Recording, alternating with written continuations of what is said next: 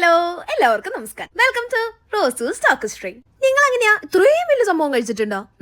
Pizza hut അങ്ങനെ പല പല ഹട്ടുകൾ ഉണ്ടെങ്കിലും നമ്മൾ വന്നത് ദേ ഈ ഹട്ടിലേക്കാണ്. ദോശ ഹട്ട്. നല്ല ആംബിയൻസ് ഒക്കെ ആണല്ലോ അതിന്റെ അകത്ത് കാണാൻ. ഇവിടെ എനിക്ക് ഇരിക്കണമെന്നുണ്ടായിരുന്നു. ഞാൻ അത് അവരോട് ചോദിക്കുകയും ചെയ്തു. പിന്നെന്താ, അത് 6 പേരുടെ സീറ്റാണ്, 2 പേർക്ക് ഇരിക്കാൻ പറ്റില്ല എന്ന് പറഞ്ഞു.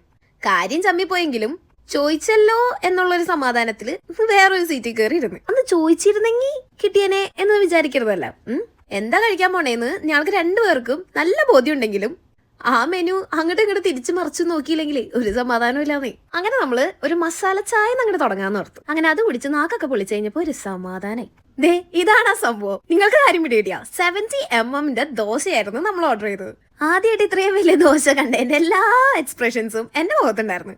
ഷാരോൺ പറഞ്ഞത് ഞാൻ ഓവറാക്കി ചള്ളാക്കിയതാണ്. നിങ്ങൾക്ക് തോന്നുന്നുണ്ട് ഞാൻ ഓവറായിന്ന്? എന്നാലും കുഴപ്പമില്ലാന്നേ, ഇരിക്കട്ടെ. അവരതിന്റെ കൂടെ 3 ചട്നിയായിരുന്നു തന്നത്. ആ 3 കൂടെ അങ്ങോട്ട് ഒഴിച്ചങ്ങോട്ട് കഴിച്ചാലേ അതിനൊരു സുഖമുള്ളൂ. അതിന്റെ ഒപ്പം തന്നെ നമ്മളൊരു ചിക്കൻ 65 ബിരിയാണിയും കൂടെ ഓർഡർ ചെയ്തു.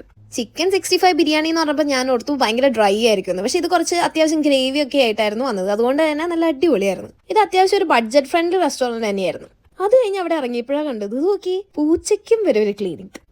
കാലം പോയൊരു പോക്കേ. അങ്ങനെ നല്ല ദോശയൊക്കെ തട്ടി നമ്മളങ്ങനെ തിരിച്ചു പോന്നു. നിങ്ങൾ അങ്ങനെ അത്ര വലിയ ദോശയൊക്കെ കഴിച്ചിട്ടുണ്ടോ? ഒന്ന് കമന്റ് ചെയ്യണേ. Bye from Rosu stock stream.